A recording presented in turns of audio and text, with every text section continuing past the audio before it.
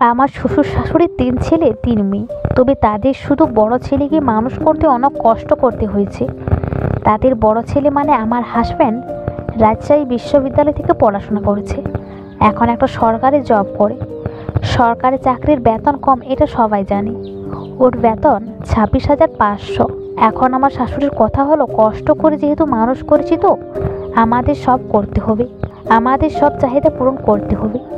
আমার শ্বশুরের বাজারে 3টে দোকান আছে, সেই দোকানে ভাড়া শ্বশুর শাশুড়ির ক্যাশ। এইদিকে 1 ভাই 2 বোনের পড়াশোনা, বাবা মায়ের সব খরচ আমার স্বামী দেয়। মেজে দেওয়ার বিদেশে থাকে, ও আলাদা।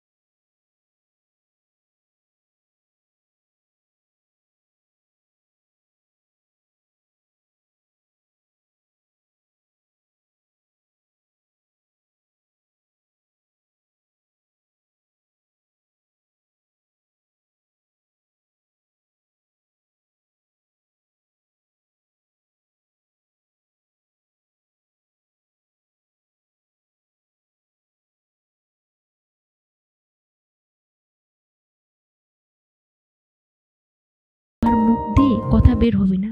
আনিস বলে, তার জন্য করলাম চুরি, সে বলে চোর। তবে সময়ের ব্যবধান ঠিকই বুঝবে।